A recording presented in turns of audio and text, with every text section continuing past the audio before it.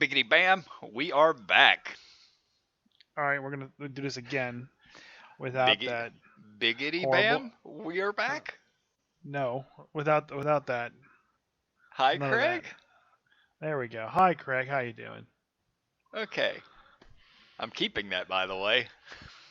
My energy level is high. It's through the roof. Yeah, I can tell. Uh, You sound chipper. chipper is always the word that can be used to describe me on every single day. Yes, and definitely not Eeyore. No, it's a little black rain cloud hovering by the honey tree. Speaking of Eeyore, and we'll definitely And be I'm Chris. talking. This is the Grumpy Dungeon Masters. Yay! There. We'll That's, definitely be talking about the Unearthed Arcana, uh, folk of the Feywild. But because of it, because they're releasing an owl folk and a rabbit folk, I've seen so many memes and other things popping up comparing the D&D races to what it, 100 Acre winning. Woods. Yeah, thank you. Hundred Acre Woods was actually the term I was looking for. One of our good friends put up the post. What was it? The hundred acre hood. I just saw that, like, yeah, 20 minutes ago. The Hundred Acre Hood, where somebody plays a cat wilder. I don't remember what they're called. The I'll Tabaxi, go through. I'll Tabaxi, go yeah. through it. So it's a rabbit folk wizard, a tabaxi paladin of Gar Glitter Gold, piglin cleric, owl folk druid, an awakened donkey with fighter levels, and Winthrop Pooh Bear, the werebear bard. The hundred acre hoods. No, that's fantastic. I love it. I don't normally like playing animal races, but I could fucking get into that. I could definitely play that. So there is a homebrew out there that you can buy called Humblewood. And Humblewood is kind of like all bird races in a D&D 5e setting. Okay. So Okay. like you have your ravens that are wizards, you have your owls that are knights, and Didn't they do a movie of this? Pretty sure there was a kind of yeah. cartoon. There was a cartoon movie. In the same vein of that movie, like The Secret of Nim, almost. It's a Oh yeah. very same kind of general feel, but it's fantasy. And it's amazing. The artwork is amazing. Humblewood as a campaign setting is great, especially if you're looking for something that's still fantasy but not like you know medieval fantasy. This would actually work real well. And Mhm. they got like raccoons and foxes and stuff like that. And it's not too um, oh, it's very much like the animated Robin Hood from way back when. Oh, okay. For animomorphic animals, it's not. There's no human features to them at all. It's Yeah, just yeah. straight They're your animals. animal folk. Yeah, and it's a great setting. It's amazing. It looks adorable. Um, like the one that like the cover of the box art, it's this raven wizard with like this blue flame, and this is short little stout owl going hoot with his little shield and his little sword. I love it. Something like that. It might be a little cutesy and all for adults, but that sounds like a fantastic way to bring children into playing tabletop. Well, I Uh, mean, this setting feathers that line real well. It's not too kiddie and it's not too adulty at the same time. right. It's not Secret and Nim, and it's not Hello Kitty flu Yeah. funny play I island. mean, Secret of Nim is fucking dark. It really Yeah, is, and the books or the story. I don't recall what it was. I think it's a book. Like it's supposed to be a lot more dark than even the cartoon movie was. yeah. But like I grew up on that. That thing came out when I was a kid, and I fucking loved it back then. Hell, I'll still watch that movie. Like I also grew up watching like Watership Down, which is incredibly dark. Yeah. And so it's Humblewood's great, and this is kind of a little bit kind of getting to that. But I think the people who play D&D as a whole have a very weird way of taking their tabaxis and their owls and their rabbits in a very odd kind of like almost cringe inducing way. And I hope it doesn't get that way with any games that I play, but I on our Facebook page I put up the joke about the rabbit folk, Hmm. where I had the anime girl bunny, or Oh yeah. and the anime bunny girl. I was like, no, I want the real rabbit folk. And then I posted a picture of Carrot from One Piece, which is what I would assume most people probably hit that level right there. It's like, Hmm. no, I want the real rabbit folk. And I put a picture of Rabbit from 100 Yeah. Acre Woods. Yeah, exactly. From Winnie the Pooh. That's the proper Yeah, rabbit, that's the. surly as all hell, just wants to be left alone. But a lot of people have been putting comparisons to like that samurai rabbit, whatever his name is. Usagi Yojimbo. Yep. Yeah, I think that should work fine too. I look. I would play Rabbit from Hundred Acre Hood, and I could absolutely play Usagi Yojimbo. Like Yeah. I love Usagi Yojimbo. But my wife wants to play the fairy race, um, because she can smell like brownies.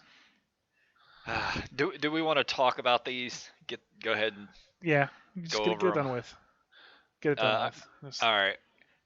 Let me go ahead. Do you want me to complain first, or do you just want to read let, through what they are?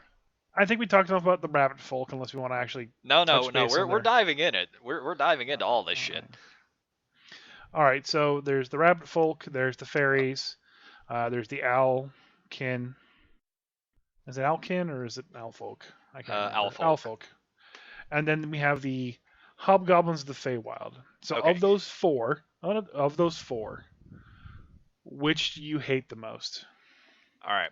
Before I answer this, just since we're doing a podcast here, I want everyone to understand this is not officially out yet. This is Unearthed Arcana. Me and Chris here, we are assuming that whenever they release the Feywild's book, this is what's going to be in it. But this could absolutely change before then. And my personal opinion, I hope a lot of it does change before then. As for which one I hate the most, I hate the fairy the most. Aw. Not even close. I do not like the fairy in this. And Okay. do you want me to go into the reasons why? No, what's second? Second, the rabbit folk. But I don't truly hate the rabbit folk. I just don't like I don't like the abilities. Like some of them need to change. It's more of a stats thing with the rabbit folk. And then what's third? Probably the owl folk. I don't really have too much problem with the owl folk. And the hobgoblin of the Feywild, still not a big fan, but there is some cool stuff to that one, I actually think. Okay. I don't hate any of them. I'm equally okay to all of them. Well, that's So good. let Normally we are reversed. Typically, yeah. I'm the one who's like, whatever. You're the one who's like, this sucks. No, they're all very. So my biggest exposure to D&D was fourth edition and then fifth edition, and fourth edition died shortly after the release of the Feywild book, and the Feywild book is still probably scheduled to come out here end of third quarter, beginning of fourth quarter, Yeah, September within the year. timeframe. Yeah. Yeah, and I'm kind of having almost sense of like, okay, well, fifth edition is going to end after this. This is going to be released, and they're going to end fifth edition, and they're going to move on to a different edition. Seems That unlikely, but and not. that I and mean, that and that is why when I look at these races, I keep calling it races, lineages. it's Um, racist. I mean, it's it I'm, is I'm what it trying is. trying to update the terminology. So it's with these lineages, I just feel that they had the same problem as the Heroes of the Feywild book in fourth edition, where like the fairy is small or tiny, and the other abilities are just kind of like crazy. Now there's no class features yet in this book, but Hmm. if I take a page from the Heroes of Feywild, that introduced two or three classes, like not just like archetypes, classes. And all they Ooh, did is basically take two classes and combine them together in a cool, unique way. you're It fighter made them completely. mages or some shit. Yeah. Yeah, they had the officially the barbarian, which was a barbarian something, which was basically the rage fighter and the defender fighter rolled into one, and it was just like, why would you ever play a fighter? This is better by far. And Hmm. I can't remember the other ones off the top of my head, but I remember I played that one. And I was like, oh, this is cool. I can just stay here defensive and never be killed, or I can just go, I'm going to rage and kill this guy. It was very much very akin to how the barbarian plays now in fifth edition. Was where they probably got the idea, honestly. Yeah. So I'm approaching these lineages, and if they come up with classes in the UA here soon, as this is the last book, content book for classes and lineages for fifth edition. There may But be a couple more campaigns. that's a huge assumption though. It is a huge assumption, but I'm pretty sure second ended with the Feywild too. I wouldn't remember, that was so long ago. I'd have to Google that. The Feywild seems to come near the end of a D&D campaign or D&D rule set life cycle. Yeah, I don't even think there was a Feywild book in third edition. If there was, I damn sure have never seen it. I could be wrong on that. So, but my short time fourth, it was the Feywild, then it was over, and then I just feel the same is going to happen for fifth because fifth has gone longer than fourth, and here's the Feywild. So Yeah, but I fifth hope is also immensely more popular than fourth edition was. I hope it doesn't end. Someday everything will end. But for now, we have to contend with these Feyfolk races that are in front of us. All right, So, so I'm going to sit back, close my eyes, and I want you to tell me why you hate these lineages and go. okay, for the fairy folk. The fairy, it's not even necessarily an issue of power or anything. It's just disconcerting to me. So I hear fairy, and immediately your thoughts go to Tinkerbell or something like that. Now, obviously, that's not necessarily the case. There were brownies, there's red caps, there's all sorts of fey folk, but the fairy were, you know, at least in my own head, it's Tinkerbell. It could be smaller versions or other versions of Tinkerbell that have swords and stuff. So they're also supposed to be, in my mind, I don't know, maybe a foot tall, if that. Am I wrong in thinking that? It depends on where you're pulling fairies from, but Yeah, but okay, so to me that's just wrong because they are small sized in here, not tiny. Uh, now mind you, they're small, and they have a walking speed of 30 feet. Everything else that's small has a walking speed of 25 in D&D. they should always be flying. That's not the point. It's still the fact that their walking speed is 5 feet more than gnomes. It's 5 feet more than halflings. So that's an issue right there. Then they have flying speed equal to your walking speed and can hover. This flight is magical and does not require the use of your wings if you have them. Then why have them? Like, what kind of sense does that make? Tinkerbell didn't just magically fly. I mean, she could make people fly, but she had fucking wings that she used constantly. Like, you're not even required to have They, wings to fly. yeah, you don't need wings. In fact, when you roll the d8 for your characteristics of what kind of fairy you are, only one of them has wings. Yeah, well, I would pick wings. I'd be like, I have fucking wings and I use them to fly. But I mean, and you're focusing on a very small subset of fairies, kind of like the Tooth Fairy. Tooth You Fairy's got know, wings. right? uh, So the then Tooth Fairy is a smaller subset of the lesser known and more ferocious or ferocious, that's the word I'm looking for, bone fairies, which oh, are okay, yeah. medium-sized creatures. So I think you're getting hung up on them having to have wings because that's what most fairies have. Because It's fairies like, have wings. well, I mean, the Tinkerbell and Tinkerbell fairies all have wings, Yeah. um, but Uh, not all fairies are tiny wing-like creatures. yes, and in earlier editions of Dungeons and Dragons, they had names for them and stats. It wasn't fairy. Fairies were always a foot tall or smaller and had wings and flew. Yeah, This is it's breaking away from tradition of Dungeons and Dragons. Like, I can look back at, I don't know about fourth edition, but every earlier edition before that had fairy as a creature in the monster manuals, and they always had wings and they were always tiny. So I think most people, when they think of fairy types, they're thinking of Jigglypuff nowadays. So What the fuck maybe is a they Jigglypuff? exactly. Am I too old for Dungeons and Dragons now? Is that what's wrong with me? Maybe you may have reached that point. Fuck me, I gotta go back to second edition now. God damn it. All right, let's move on to hobgoblins. Well, hang on, I wasn't quite finished. Now Oh, okay. I'll make it quick though. They're fairy magic. They get druid craft and can cast fairy fire without expending a spell slot. I actually like this. That makes perfect fucking sense to me. And then they have Fey Passage, which they can squeeze through a space as narrow as 1 inch wide. They're they're small sized. Hmm. How do you squeeze through something that's an inch wide? With It Fey Passage. doesn't make sense to me. Well, how else does the tooth fairy get in through your window, like the crack in the ceiling of your window to get your Okay, teeth? okay, that's legit. I all right, I'm on board with that one now. That is a legitimate answer.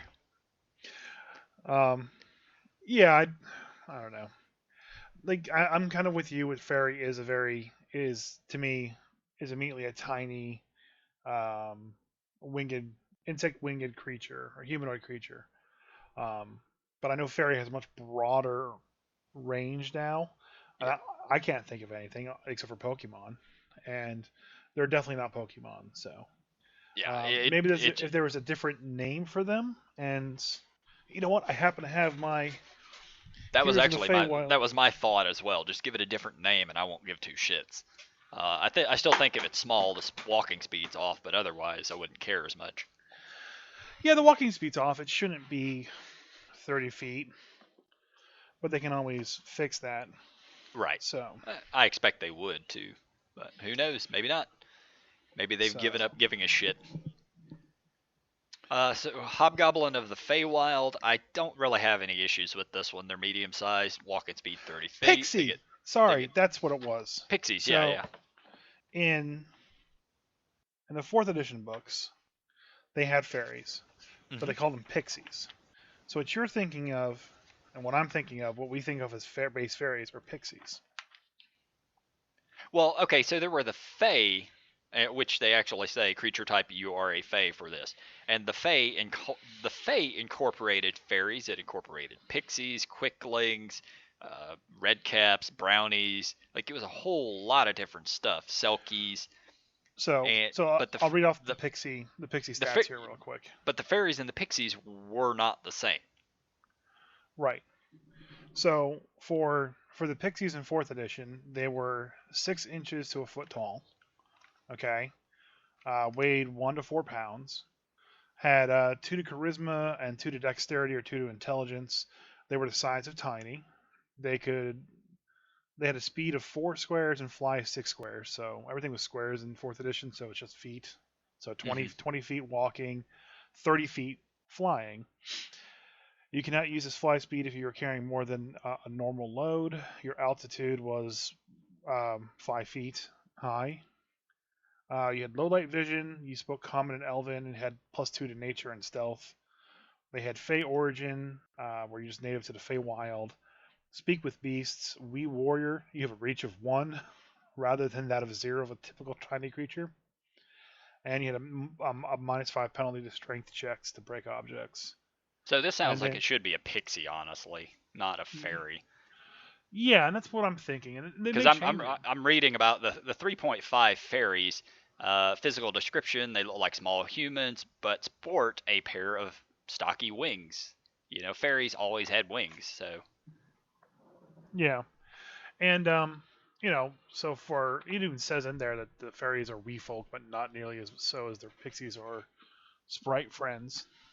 yeah. So All right, moving on. Hobgoblin of the Feywild, Dark Vision, Fey Ancestry. They gain saving throw advantage on saves against charmed effects.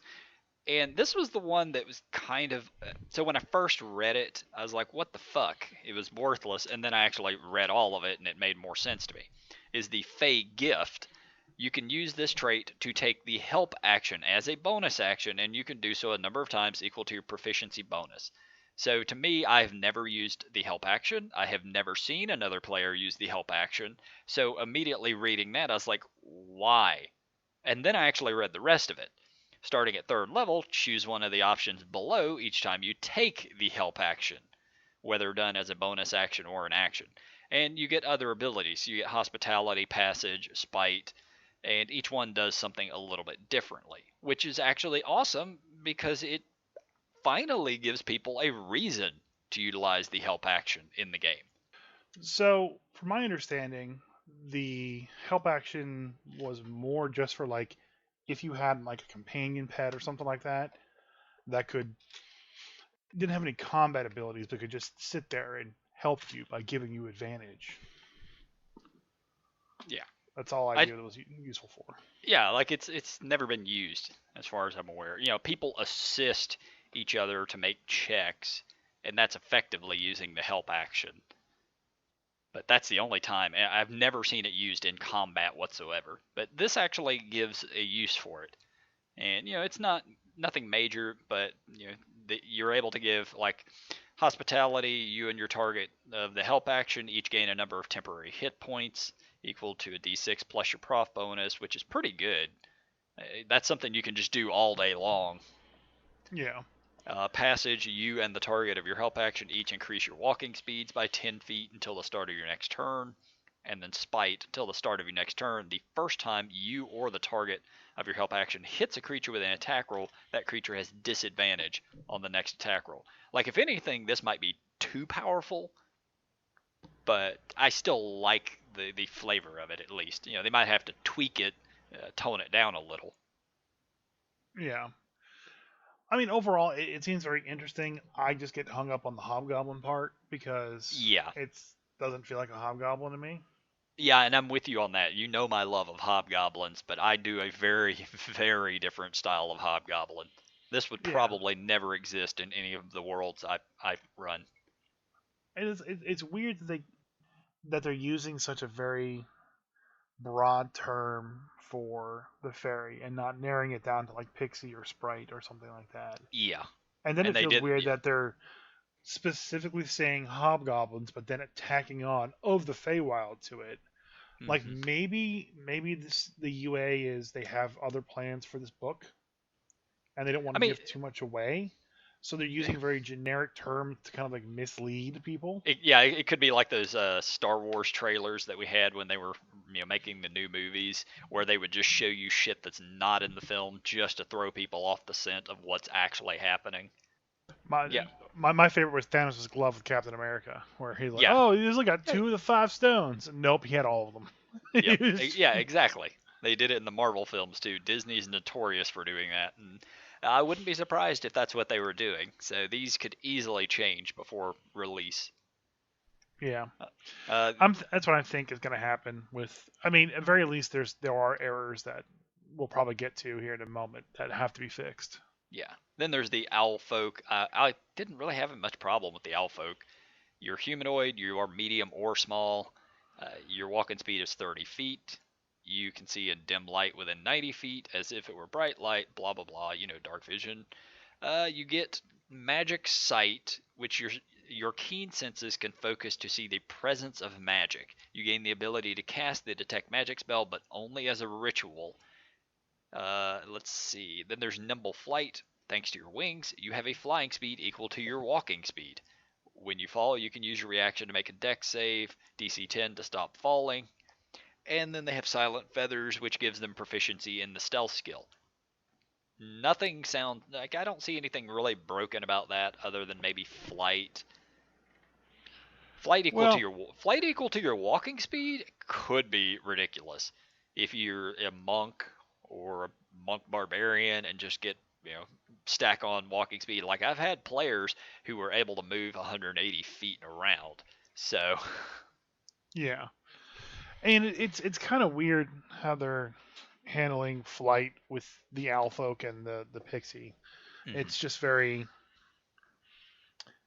I think that the speed and the flight should be very separate categories because like Yeah, I can't see an owl running across the field, and then at the same time owls to me are like very stealthy, murderous things that like they should have a bonus to Give them a beak surprise attack or some attacks. shit.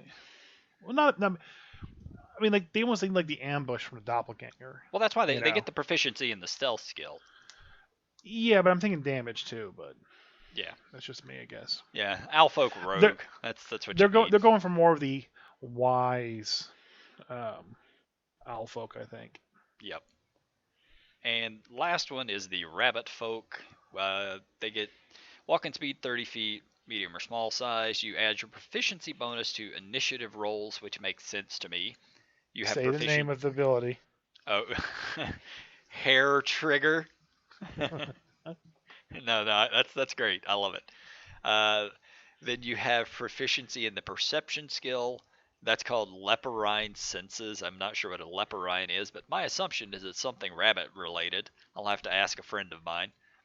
Then there's It's luck. of or resembling a hare or hares. There you go. Then there's lucky footwork, which is also fucking great naming.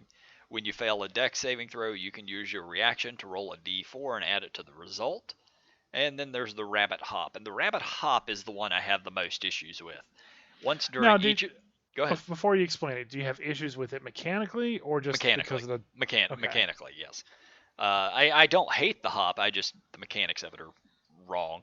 Once during each of your turns, when you walk at least 5 feet, you can hop, rolling a d12 and moving that many feet in a direction of your choice. This extra distance doesn't cost movement, but you can hop only if your speed is not 0. My problem with it, and we discussed it yesterday or the day before, I think it's the same issue you have, is rolling a d12 and moving that many feet. Nobody uses singular feet in movement for Dungeons and Dragons. It's designed to be in 5 foot increments, so that needs to be tweaked to be 5 feet, 10 feet, maybe even 15 feet, depending on what your roll is. They could add a little chart, roll a d10 or whatever, and if you get 1 to 5, you jump an extra 5 feet. If it's a 6 through 8, then you get an extra 10, and if it's 9 or 10, you get 15 extra feet. So I actually explained this ability to my wife, and then she looked at me and she gave me the look that she gives me. She's like, "You're an idiot." She goes, "You just round down." I was like, well, "Yeah, I know that's how you would solve it, but it's still weird." It's like, "No, you just round down." Yes, but that's not And what it reads at, and that is not the intent behind it. I think it is the intent behind it. They just didn't say it because if you think about it with her, just round down. Um, and I really liked it because it was kind of like her inner DM kind of coming out, just Why would it be a shining through the D12? cracks. Why would it be a D12? So for the D12, it's you Why have not a why 50. not a D10? So the I guess to chances give you a of slightly higher chance of getting that 10 feet instead of 5 feet. yes, exactly. It gives you slightly higher chance of getting that 10 feet instead of that 5 feet, and there's a chance that you won't be moving any at all with your hop. But there's a good big range in there that you're going to be hopping 5 or more. Yeah, for experienced DMs that makes sense. We could easily round down, but if that is not explained to a newer dungeon master, it's going to confuse the hell out of them. Yeah, that ability needs a little bit of rework. Honestly, it should just be roll a d8, and on a 1 through 4, you hop 5 feet, and on a five and up, you hop 10 feet or something like that, or flip a Right, right. coin, or that's just what it should be. Um, but I can kind of understand what they were trying to do. Give it a good chance you could hop 10 feet, but not much further. But most of the time, you're just only gonna move 5 feet. But there's a chance Yeah, for it failing too.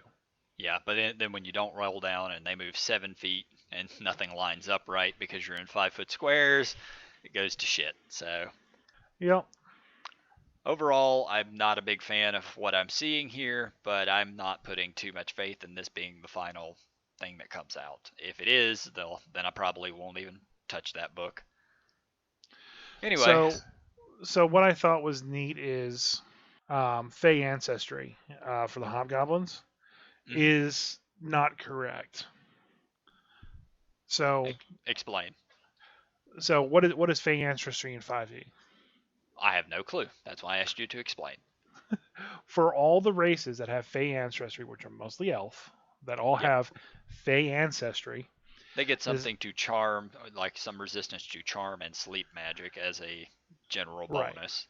Right. So Fey ancestry already is in the books as you have advantage Ah, on saving throws against being charmed. Okay. yep, Um, and magic can't put you to sleep. yep. And I their got Fey it. ancestry is very different than that. Yes, it's half of that.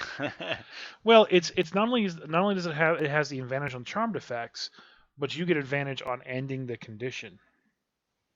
Whereas Yeah. Fey ancestry for elves, it's only against the initial charm effect. I gotcha. Once you're Yeah, so charmed, you don't get advantage on breaking it. they could keep it the way they have it. They just have to name it something else, not Fey ancestry. Right. Goblin ancestry. Yeah, there you go. Because that would Fey make goblin. sense. Well, Feywild ancestry, maybe makes more uh, sense than Fey Fey ancestry. goblin. Fey goblins. Fey goblin. Overall, I'm looking forward to the Feywild book. Not because I'm working on a Feywild adventure of sorts right now, but Yeah, definitely um, not that. I Feywild's not my biggest bag, maybe, yeah, but it's a lot of people want it, so I can see why they'll be coming out with it.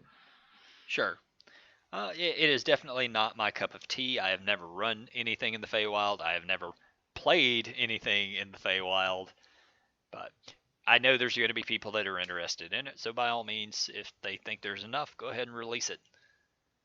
I can't say that I won't buy the book. I just need to, I will of course want to have an idea of what's actually in it before picking that up. There's some books I'm immediately going to jump on, and then there's others that I want to have a lot more details on.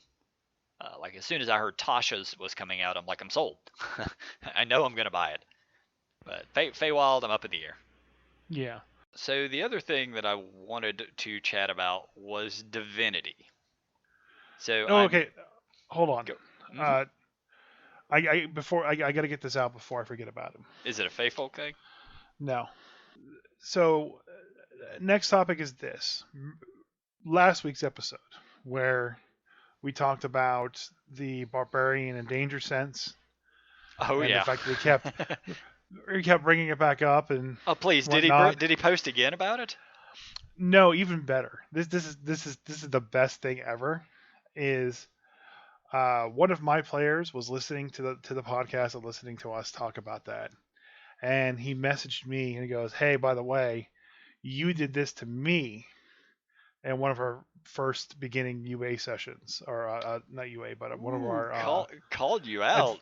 Adventures League sessions. He called me out and said that I did the same exact thing, and I couldn't help but just laugh my ass off. And I was like, Uh, really? I did? He's like, yeah, I wanted to apply advantage to a deck save that you're making me do, but you said I didn't see it coming, so you didn't give it to me. I was like, oh, holy shit, really? He's like, yep. He remembered the exact time and place because he said it made him upset, but he didn't want to like bring it up or anything at the point in time. yeah. Uh, Well, at least he didn't argue it in the case of what we discussed on the podcast. There was a big argument over it. Like, yeah, maybe if he had brought it up to you at the time you were doing it, you might have done it a different way. I think he did. I think he did, but it says I just get this, but I just didn't give it to him. Yeah, I You mean know, the I wording think I on got we've looked at the wording on it, and it's kind of funky. yeah. Well, I'm gonna own. I will own up to my mistakes. Yep, that's all you can do. Own up to them and try to be a better dungeon master. That's all any of us can do. And I've make it. definitely made mistakes. I have definitely shut down players before, and you never want to do it, but there are sometimes you just feel like you need to. Whether you're right or wrong, you just feel that you need to. Yeah, I think it helps to, just to kind of get out there and like learn a lot about how like history was and how like plate mail worked and how hmm you know just the general goings on of real life medieval workings helps a little bit. but you never want to take something you saw from a movie and go like, this is the way it has to be because I saw it do it this time. He balanced on the I stick saw, this way. I saw it on the internet. It has to be true. Yeah, Internet never like lies. like like you're probably very aware like how quiet chainmail when worn and As braced somebody as somebody who has worn chainmail and has LARPed for longer than some of our listeners have been alive, yeah, yeah, I how know how quiet it is. It's quiet. right, but disadvantage, but meh. And Yeah, then you see me standing there in my like half plate leather gear, squeak, squeak, I mean squeak. plate mail, if it's padded correctly, doesn't make a lot of noise either. Yeah, it's Yeah, really weird, and um, just just generally, it's like you just gotta kind of go with your gut sometimes.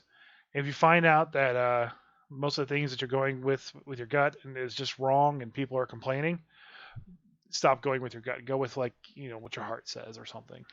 yeah, Change the organ you're trusting. yeah. Like even If wearing plate mail doesn't really slow people down that much. It becomes more of a stamina issue because you're carrying a lot of extra weight. But as far as speed goes, yeah, it doesn't really affect people. Might affect them for climbing purposes, but yeah. Yeah. So if your gut fails you, trust your heart. If your heart fails you, go with your liver. If the liver If your fails you, heart go with the fails you, you're kidneys. probably in the hospital, along with any of those other failures, or the morgue. So anyway, divinity. Speaking of things that don't really go to the morgue very often, uh, so I'm in the process of sort of reworking my own setting. I've got a new campaign coming up here after I finish Icewind Dale, and doing some. I'm thinking heavily on my divine structure of my own world. So I'm just looking Mm-hmm. sort of at the D&D 5th edition stuff, and they have them listed out as greater deities, lesser deities, and quasi deities.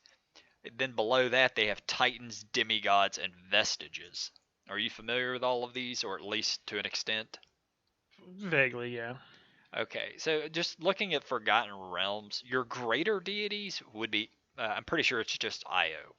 You know, the big man over all the other gods. The one who Mm-hmm. he doesn't actually interfere in mortal day-to-day life. Then you have your lesser deities, and these would be all of the other gods from Forgotten Realms that you're familiar with.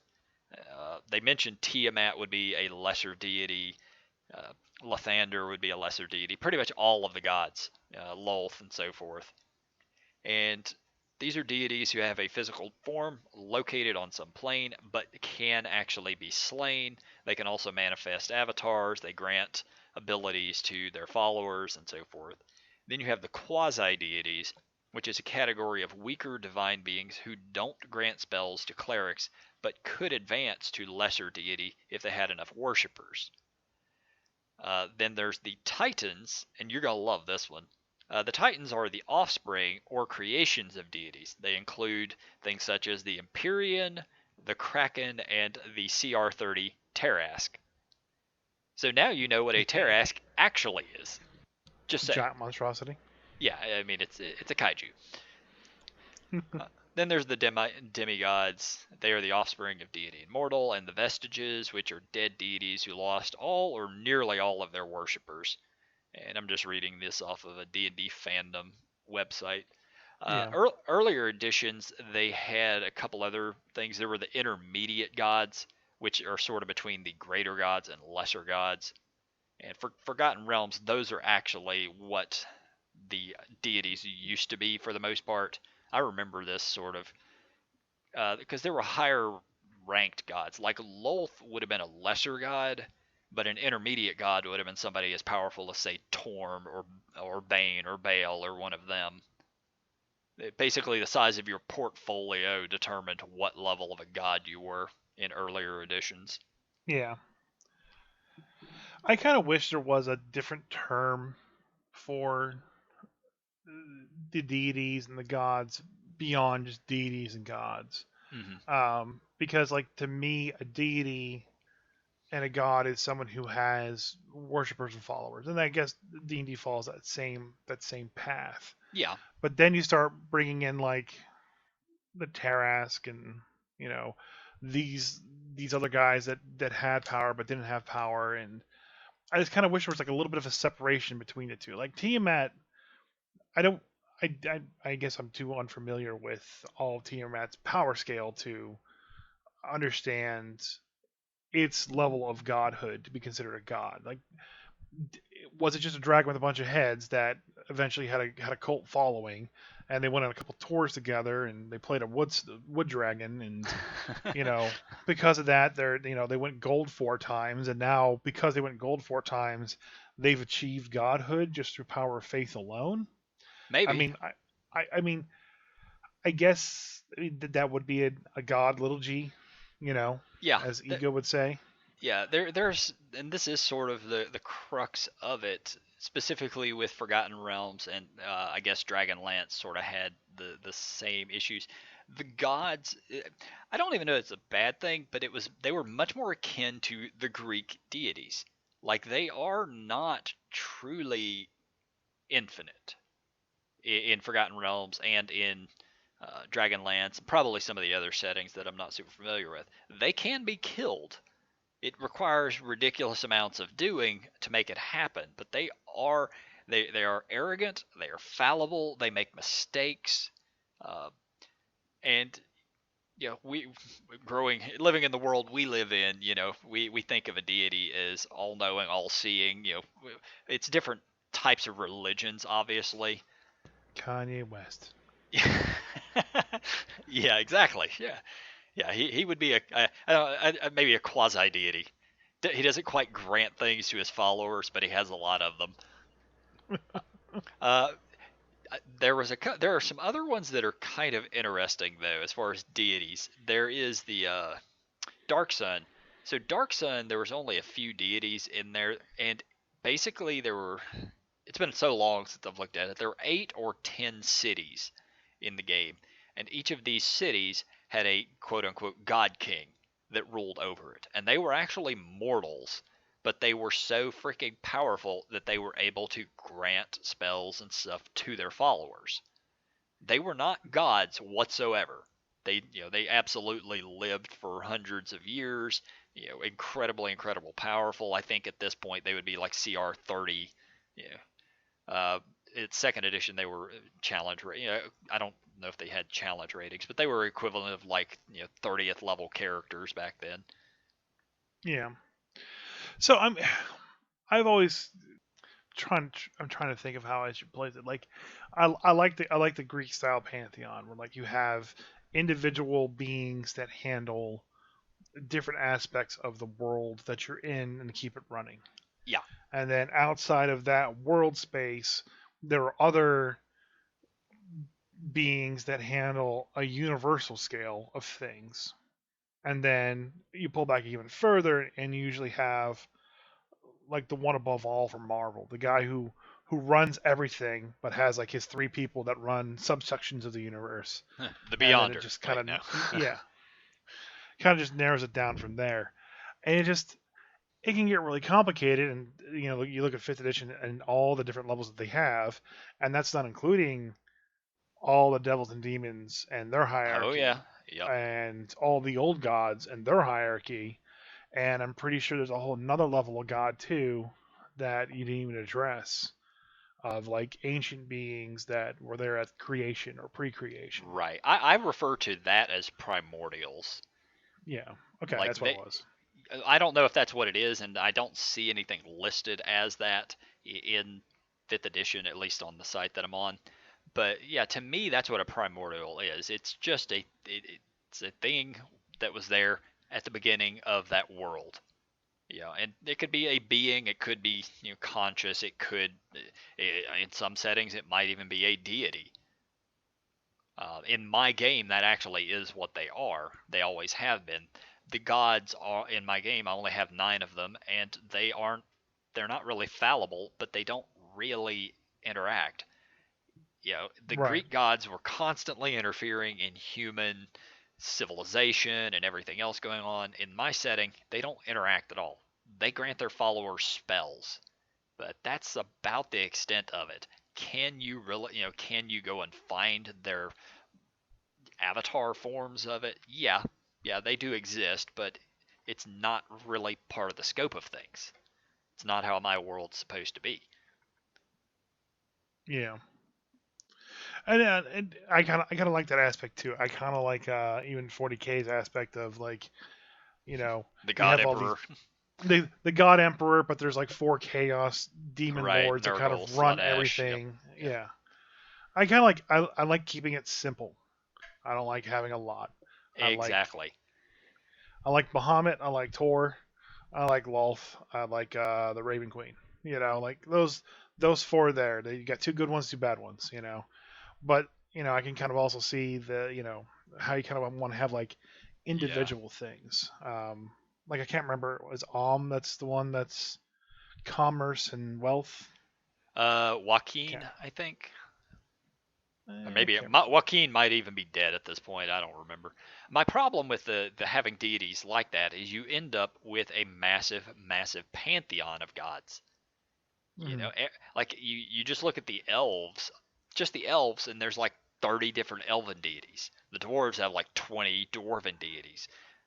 Then there's all of the human deities, and there one for wealth, one for travel, one for hearth and home, one for death, one for undead. Like there's just a multitude of them, and it's way too many to keep up with or care about. Well, I think for me as a DM, it's hard for me to manage all of them. I need the players to kind of go, hey, what's the god you worship? Oh, it's Umberly. Okay, cool. I know nothing about Umberly. You have to know everything about Umberly. Yeah. So when I ask you about Umberly, you have to tell me. Yep. And there's just so many that I'm not going to be able to know. I don't mind if you pick some kind of like obscure god for the in a D&D setting to worship. That's fine, but I'm just not going to be able to remember or tailor something to that unless it's something that's more well known, like Bahamut or Tor or something like that. Yeah. Yeah, Um, really, all you as a DM really need to know about that is what is their domain. yeah, What spells are they granting you? What type of a deity are they? Oh, okay, it's a god of knowledge, sold. Oh, it's the god of light, sold. We got it. yeah. Beyond that, if you really want to learn more at it, you can dig into it and then write up stuff to run for the players, sort of as an aside. But it is the focus on something like that would heavily be on the player. Like I said, I don't mind that there is a pantheon. Um, and I don't mind that 5e has their pantheon. Like 4e had their pantheon. A Hmm. lot of it is similar. Some of it's changed. Orcus ain't one of the deities anymore. Yeah, He been downgraded. yeah. Well, he would be the equivalent of a titan or maybe even a quasi deity, probably quasi deity. I think he's a quasi deity now. Yeah, which Um, is basically he's almost divine, but not quite. Can't really grant spells to followers. That's what he was in earlier editions. So yeah. So, and then again, if I was in the homebrew setting that I have, there are no deities. I just don't have any because I didn't want to deal with it. how do your followers clerics get spells? What's a cleric? Oh, okay. In your own setting, nobody can be clerics. Problem Yeah. solved. I wish you would have said paladin because there's a joke with the what's a paladin. What's a paladin? What's a paladin? I will explain. So, crap. Hold on a second. I put you on the spot. I know, right? Great punchline there. Ultima. You know the Ultima series, right? Oh fuck yeah! I played a lot of the Avatar. The Avatar. And what Yeah, is the Avatar? he's an Avatar. Basically, he's a godling, as it were. Not really, but he tries to get the eight virtues or some shit. Mind you, it's Yeah. been 20 plus He fucking years since I played this. So. he is the definition of what a paladin is. Sure. Especially specifically Yes. in that Yeah. game Yeah. as well too. He's the Avatar. He's the paladin of whatever it is.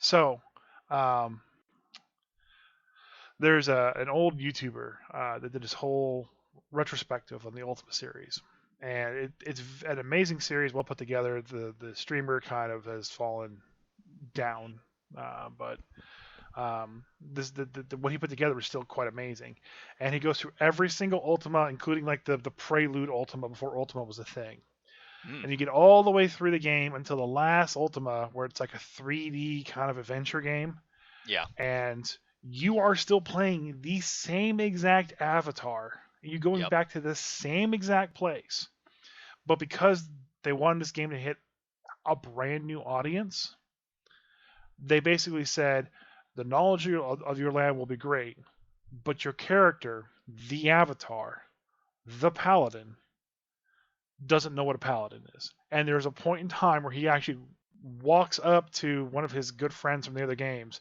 and goes, "What's a paladin?" It's like, you're a paladin. You're the fucking paladin. Makes sense. No, I mean, if you are the pinnacle of what a person should be, if you are Captain America, you might have a hard time realizing what you actually are. No, but it was just because they were lazy and didn't want to write a good script. Sure, but you don't want, if you're really that good of a person, you're not going to brag about it. You're not going to talk about it. It's just what you are. Yeah. So, Yeah, I don't want. As I said, I'm still in the very, very early stages of my big homebrew, sure. and I don't want there to be deities yet. I don't mind if they show up later, just because of I'm being vague for a reason. Um, Naturally, yeah. That's why uh, I'm not saying much about my own campaign that I'm in the process of doing rewrites and stuff on because they're they're still druids, and I think like even like bards, and I'd bring back the martial battle master from fourth edition that would just shout at people and heal them up.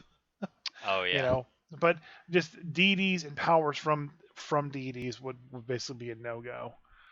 Um, but I think it complicates a lot of things having a huge pantheon that changes unless you have it all well documented. And D&D does document it pretty well. Sure. You can find it in the basic rules. It has a list of all the deities, I could Google and any deity and just get pages upon pages of information about them and their followers and all the right. organizations they're tied to. But the problem comes with 5e is let's take Ariel. Okay, Hmm. so you have the goddess of winter. She's neutral evil. Uh, she is a nature or tempest domain, and you have her symbol, the six-pointed snowflake. Yep. Cool, right? And then you have um, Baal, or is it Baal? I don't remember. Ball. B-H-A It's ball. Baal. Who's Bhaal ball. right? So who's the god of murder? Also neutral evil, death domain, a skull surrounded by a ring of blood droplets. Hmm. Now you have two deities, one of murder, one of winter. Both are neutral evil, and this is the only information you have as a D&D, just basic information. Like, how do you play these deities? How do you how do the followers work? How do if you were to meet this guy, meet Ball in an alleyway, is he just gonna stab you? If you meet Ariel in an alleyway, is she just gonna freeze you and move Yeah. on? Just Yeah. I kind of wish there's so many gods you can't really know them all to kind of really Yeah. pull them in, but like yeah, If you're writing a campaign specifically devoted to dealing with the deities, you're going to need to know the ones that you're utilizing. You'll need to know them well. Outside of that, I wouldn't worry about it. I personally, I went with the 9 because that's easy to deal with. That's easy to remember. If I don't remember something, shit, I've got my one page there with all the information on it because it's literally like I have it pulled up right now. All of my deity information is about 2 pages long yeah, for 9 deities. Done. yeah. I mean, you could also just use the Greek deities or Norse deities. They just seem to work no Yeah, matter well, what I mean, setting. they're not much different than the Forgotten Realms ones. Yeah, but Thor's cool. That is true. Thor is cool. I've been watching all the Marvel movies, and I must admit, Thor's pretty cool. We just watched Age of Ultron today. Still a good movie. Okay, I think we've chatted enough, talked up people's ears, and Craig Have actually, we? Yeah, Craig actually he hung with us the whole time. He didn't fall asleep or anything. Good job, Craig. Are you sure? No, of course I'm not sure, but he's definitely still in the channel. So there's that at least. Right. Well, I mean, he's maybe he realized last time that the worst thing he could possibly do is cut us off. Hey guys, thanks for listening to the podcast. Check us out on Facebook at There's no at in Facebook. It's just facebook.com/Grumpy Dungeon Masters. and on Twitter That'd be at Grumpy_DMs, and on Instagram. at Grumpy Dungeon Masters. And also be sure to follow us on Twitch. Twitch.tv/Grumpy Dungeon Masters, where we play Rime of the Frost Maiden every Saturday at 8 p.m. Eastern Standard Time. Fuck yeah.